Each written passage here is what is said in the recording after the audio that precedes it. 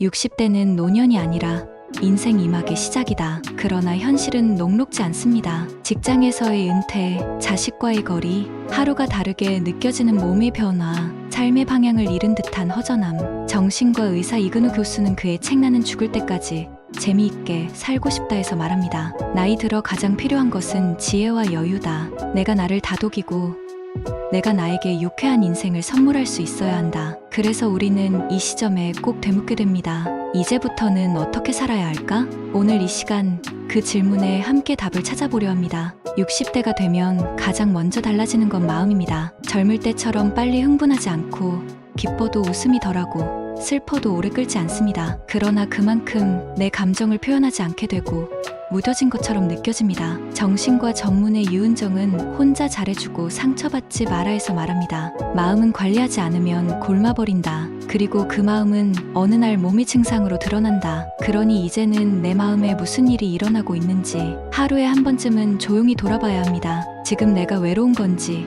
지친 건지 그냥 말없이 참아온 시간들이 쌓인 건 아닌지 스스로에게 말 거는 연습부터 시작하세요. 나는 오늘도 수고했어. 지금 이대로도 괜찮아. 이 단순한 말이 생각보다 큰 힘이 됩니다. 김수연 작가는 내가 원하는 삶을 살기로 했다 해서 말합니다. 시작은 늘 어설프지만 시작하지 않으면 아무 일도 일어나지 않는다. 60대는 세상의 기준에서 한 발 물러나 비로소 내가 하고 싶은 걸 선택할 수 있는 나이입니다. 이제는 돈이 되지 않아도 괜찮고 남이 뭐라 해도 상관없습니다.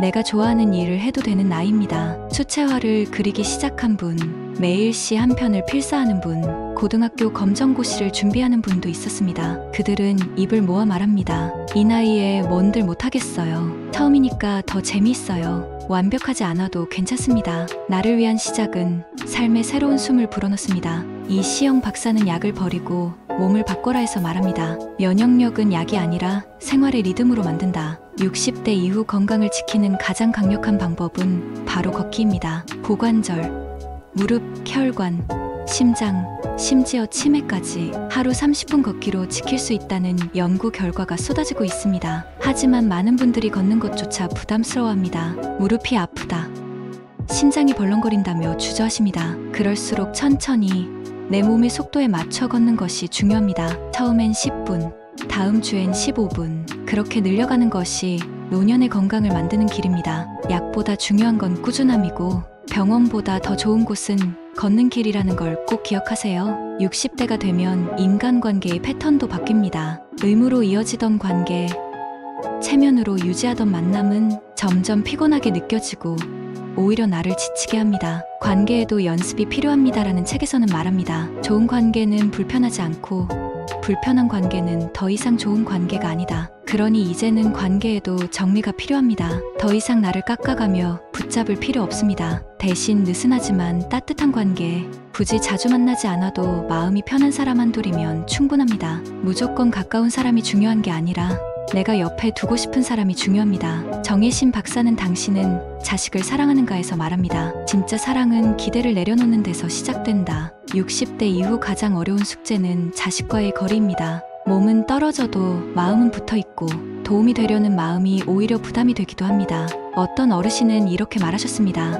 이제야 알겠어요. 자식은 도와주는 대상이 아니라 믿어줘야 하는 존재였다는 거려. 자식과의 건강한 거리는 서로를 자유롭게 만듭니다. 지나친 간섭도 지나친 기대도 내려놓고 언제든 돌아오고 싶은 부모가 되는 것이 진짜 지혜입니다. 김민섭 작가는 일상 예찬에서 이렇게 말합니다. 아무 일도 없는 하루를 감사하게 느낄 수 있다면 그 사람은 이미 행복한 사람이다. 삶은 거창한 이벤트가 아니라 작고 평범한 하루들로 이루어져 있습니다. 그 하루의 작은 설렘을 하나씩 심어보세요. 아침 햇살 아래 걷는 길, 혼자 마시는 따뜻한 차 한 잔, 새로 산 화분에 물 주는 기분, 그 모든 것이 내 삶의 의미를 불어넣습니다. 기다릴 일이 있는 하루는 결코 공허하지 않습니다. 그리고 그 기다림은 삶을 계속 살아가게 하는 가장 따뜻한 힘이 됩니다. 죽음을 배우다의 오카베 나오코 박사는 말합니다. 죽음을 미루지 말고 지금부터 준비하라. 그 준비는 곧 어떻게 살 것인가에 대한 질문이기도 하다. 60대는 이제 마무리에 대해 생각해야 할 시기이기도 합니다.